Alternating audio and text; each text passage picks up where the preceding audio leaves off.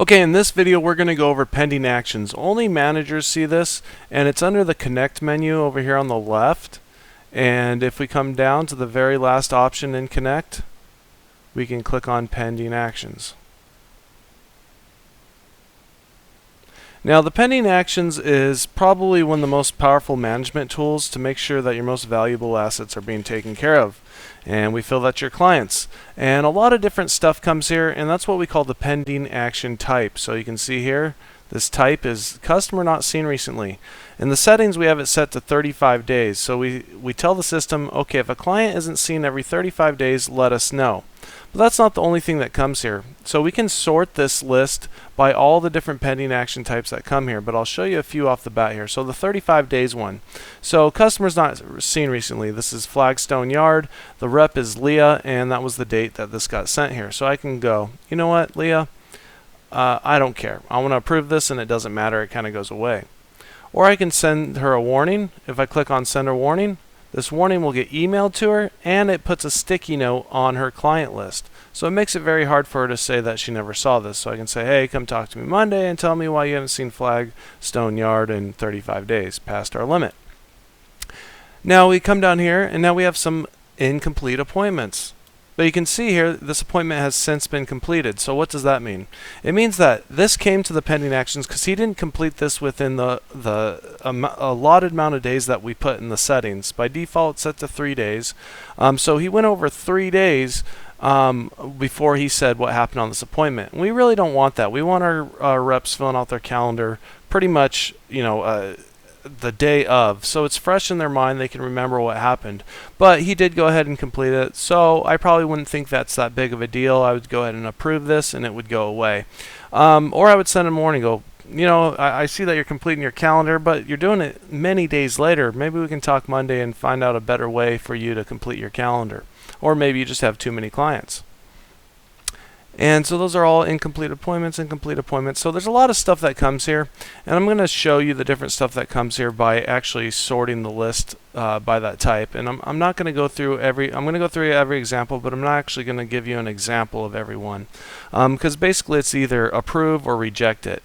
And approving it kind of makes it you're ignoring it. You're going, okay, that doesn't matter to me. But if you reject it or send them a warning, then it has you put in a note as to what you want that rep to do with that client. And actually, before we get on that, there are some other options too. You can send this customer to the prospect list. You're going, okay, this rep's just not taking care of it. I'm going to put it in the prospect list and let anybody else have a stab at it.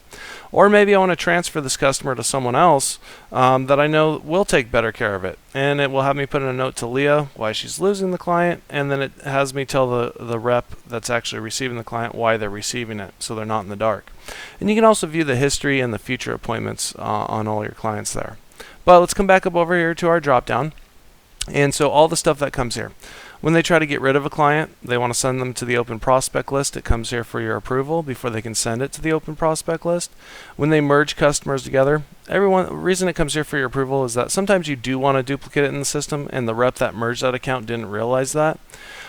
Transfer customers doesn't apply to this tab. It really applies to the history of everything that's been approved and rejected here, so don't worry about that for now. When they try to delete an activity, it comes here for your approval, and I do want to show you this one. We'll go to delete activity. And this should very rarely be used. The only time that this should be used is when they have a duplicate activity. So it has them put in the reason why, and it says duplicate. It's a duplicate activity. Other than that, they shouldn't be deleting it. However, I don't really trust Gina here. I just don't trust that this is. So I can click on action, and I can click on view future appointments. She doesn't have anything in the future. Let's go to the history. And the only thing she has is the current customer or the current appointment she's trying to delete. So I personally would say, no, I want to reject this. And here's why. Okay, Gina, you do not have a future appointment set. Please book an appointment, and I will allow you to delete this one. So if I hit save on that, that's going to email Gina this note, and it's also going to put a sticky note on her client list. So it makes it very hard for her to say that I never told her something. When they try to send a customer to the trash, meaning they're out of business, it comes here for your approval. When they delete a reoccurring activity, because they can make their appointments reoccurring. Maybe they meet with Bob at the Ford dealership every Wednesday at noon for lunch. We can go ahead and make those reoccurring, but you may want to know that. Why is she deleting her appointment with Bob every Wednesday at noon? What's going on here. When they try to make an account seasonal, it comes here for your approval. When they reschedule frequently, that's that marker in the previous video to where it's set to 3 times by default. So if they keep rescheduling an appointment over and over, might indicate there's some client neglect going on. So you may want to figure out what's going on there. When they don't complete their appointments on time, it lets you know. When they have low closing confidence, this one's we feel is probably one of the most important ones. They figure the rep went through the time to do the cold call, the CNA, driving around, get spec spots made, and whatever else they did to try and close this client. They probably got 8, 9, 10 man hours into this thing. It's probably advantageous for you as the manager to know they're not very confident on a closing call. That's because you can either get in and help that rep with some ideas, or go with them on the closing call to help them close because you got better closing capabilities. Plus you can throw stuff in like web banners and stuff that they can't do. You can break the rules while you're in the field.